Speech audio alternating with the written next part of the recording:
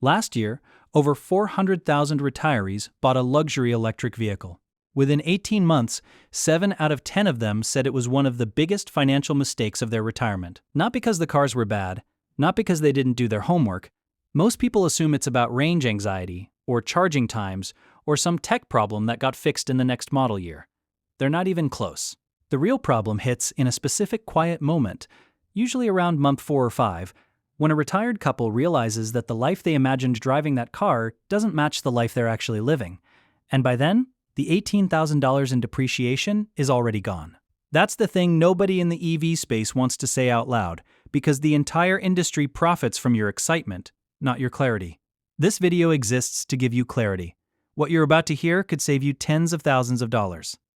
If you're somewhere near retirement, or you're already there, and you've been thinking about rewarding yourself with a luxury electric vehicle, a Tesla Model S, a Rivian, a Lucid Air, a BMW iX, whatever's caught your attention, please watch this entire video before you spend a single dollar. And before we get into it, I want to ask you something directly.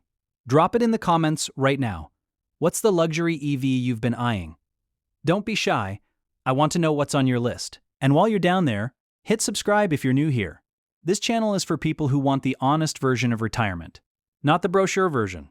We don't take manufacturer money, we don't do sponsored content, and we don't tell you what you want to hear. We tell you what you need to hear. Hit the like button too. It helps more retirees find this information before it's too late. Now let me introduce you to Richard and Carol. Richard spent 34 years as a hospital administrator in the Pacific Northwest. Organized, analytical, the kind of man who kept spreadsheets for his spreadsheets. Carol was a high school principal for 28 years. Not impulsive people, not reckless people, the kind of couple who planned their retirement down to the monthly cash flow projection. They researched luxury EVs for 14 months. 14 months. They visited dealerships, they joined online owner communities, they watched videos, read forums, test drove 3 different vehicles. In the spring of their first full year of retirement, they bought a Lucid Air Grand Touring, $138,000 after taxes and fees. They paid cash, Richard told me, and I want you to hear this exactly as he said it. I thought I was buying freedom. I thought that car was going to be the physical symbol of everything we'd worked for. He paused for a second before he said the rest. I bought the most expensive way to find out I was wrong about what freedom looks like. By month 7, Carol had quietly stopped driving it. She didn't make a scene about it. She just started taking her old Honda Pilot to her book club, to the grocery store, to her sister's house. One evening, Richard asked her why. She looked at him very calmly and said, "Because it stresses me out and I don't want to think about it." That was it. No argument. Just a $138,000 car sitting in the garage 4 days a week. That's not a Richard and Carol problem. That's a pattern. And I want to show you exactly why it happens. Mistake number 1 is underestimating the real cost of home charging infrastructure. Most people buying a luxury EV assume charging is basically free because electricity is cheap. And compared to gas, it kind of is. But here's what the math actually looks like when you dig past the surface. A level 2 home charger, which you absolutely need for a luxury long-range EV if you want to charge overnight without it taking 40 hours. Runs between $800 and $2,000 for the unit itself. Installation adds another $500 to $3,500, depending on where your electrical panel is, whether your home needs a panel upgrade, and whether your local utility requires a permit and inspection. In older homes, which describes a lot of retirement-age homeowners, panel upgrades alone can hit $4,000 to $6,000. So before you've driven a single mile in your new car, you could be $8,000 to $10,000 into infrastructure costs that nobody put in the sales brochure. Then there's the HOA issue. A significant number of retirees live in communities with shared garages, covered parking, or homeowner association rules that either restrict or outright prohibit private charging installation. If that's your situation, you're now dependent entirely on public charging networks for anything beyond a trickle charge overnight from a standard outlet. Public fast charging is convenient, but it's not free.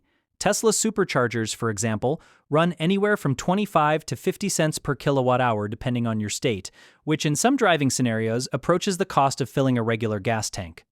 Richard and Carol paid $3,800 for their level 2 installation. Their house was newer, so no panel upgrade needed. They got off easy. A lot of people don't. Mistake number 2 is ignoring how luxury EV depreciation actually works. This one is brutal, and it's almost entirely hidden from buyers at the point of purchase. because dealers are not going to volunteer information that slows down a sale. Standard luxury vehicles depreciate fast. Everyone kind of knows that. But luxury EVs depreciate faster, and the reason is specific. Battery technology is improving so quickly that a 3-year-old luxury EV feels significantly outdated compared to what's available new. The range numbers improve. The charging speeds improve. The software features improve. So the used market for luxury EVs is consistently soft because buyers know they can get a meaningfully better car for a similar price if they just buy new. What that means for you as a buyer is that a $130,000 luxury EV can lose $25,000 to $40,000 in value within the first 2 years of ownership. IC Cars and other automotive data trackers have documented this across multiple brands. Lucid, Rivian, and even Tesla's higher-end models have shown depreciation curves that should make any financially conservative buyer's eyes water. Richard and Carol's Lucid Air was worth roughly $94,000 at the 18-month mark. They paid $138,000. That's $44,000 gone in a year and a half. Not from an accident, not from neglect, just from time and technology moving forward without them. Mistake number 3 is buying before the charging network in your specific area actually supports your specific lifestyle. This one sounds obvious.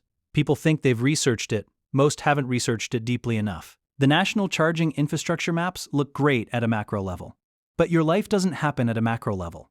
Your life happens at the 14 specific places you drive regularly. Your doctor's office, your grandkids' school, your favorite restaurant, your golf club, your daughter's house, 112 miles away.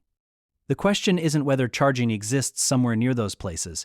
The question is whether reliable, fast, available charging exists there in the specific moments you need it. And the honest answer, in 2025, is it depends enormously on where you live. And it's still genuinely inconsistent in large parts of the country. Retirees in dense urban and suburban environments, Atlanta, Phoenix, Denver, the Bay Area, tend to have reasonable experiences. Retirees in smaller metros, rural areas, or even certain suburban pockets report a very different reality. One forum survey of luxury EV owners over 60 found that 38% had experienced at least one trip where a charging station was either broken, occupied with a wait of more than 45 minutes, or simply not where the app said it was. When you're 35 years old, a 45-minute unexpected wait is mildly annoying. When you're 68, you've got a bad hip, your wife needs her medication at a specific time, and you're standing in a parking lot in July. It's a different situation entirely. Carol said the charging anxiety started happening about 4 months in. Not every trip, but often enough that it changed how she felt about getting in the car. And that matters. Now here's mistake number 4. This is the one the industry won't say. Dealers won't say it, manufacturers won't say it. The YouTube channels with sponsorship deals from automotive brands won't touch it. I'm going to say it plainly. The life you imagine living with a luxury electric vehicle is not the life most retirees end up living with. And no amount of money can fix that gap once you've discovered it. Here's what I mean. When retirees picture themselves with a luxury EV, they picture long, spontaneous road trips through beautiful country. They picture arriving at scenic spots in a car that reflects who they are now. Successful, forward-thinking, unbothered by cost. They picture their adult children and grandchildren being impressed. They picture the freedom of not needing a gas station. That image is real. The emotion behind it is real. The problem is that the actual driving patterns of retired couples look almost nothing like that image. Research on retiree driving behavior consistently shows that people over 65 drive shorter distances than any other adult demographic.